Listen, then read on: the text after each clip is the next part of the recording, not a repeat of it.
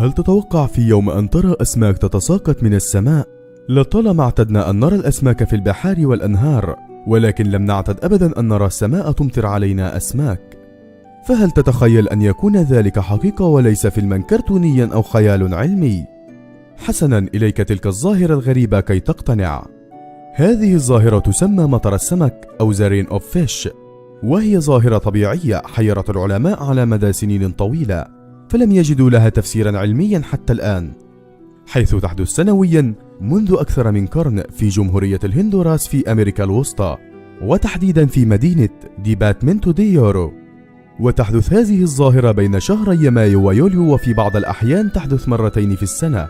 فيلاحظ الأهالي ظهور غيمة سوداء كبيرة في السماء يتبعها برق ورعد ورياح قوية ومطر غزير لمدة ساعتين أو أكثر، ثم بعدها تصبح الأرض مفروشة بالأسماك التي يأخذها الأهالي معهم إلى البيت لطبخها وأكلها.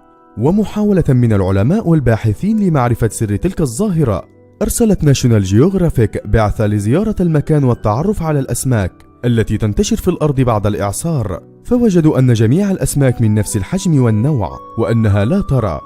ولكن الغريب في الأمر أن نوع الأسماك الذي وجد لا يقطن المياه المجاورة للبلدة، وهي مياه المحيط الأطلنطي، فهي من النوع الذي يعيش في المياه الضحلة فقط وليس المياه المالحة. وكيف له أن يصل للبلدة علما بأن المحيط الأطلنطي يبعد مسافة 200 كيلومترا عنها؟ وقد كان تفسيرهم لهذا الأمر هو أن هذا السمك يتواجد في أنهار تحت الأرض ويخرج مع الإعصار، لذلك فهو لا يرى. ولقد أصبح أهالي الهندوراس يحتفلوا بهذا اليوم سنويا، وأطلقوا عليه مهرجان مطر السمك أو Festival of the Rain of Fishes.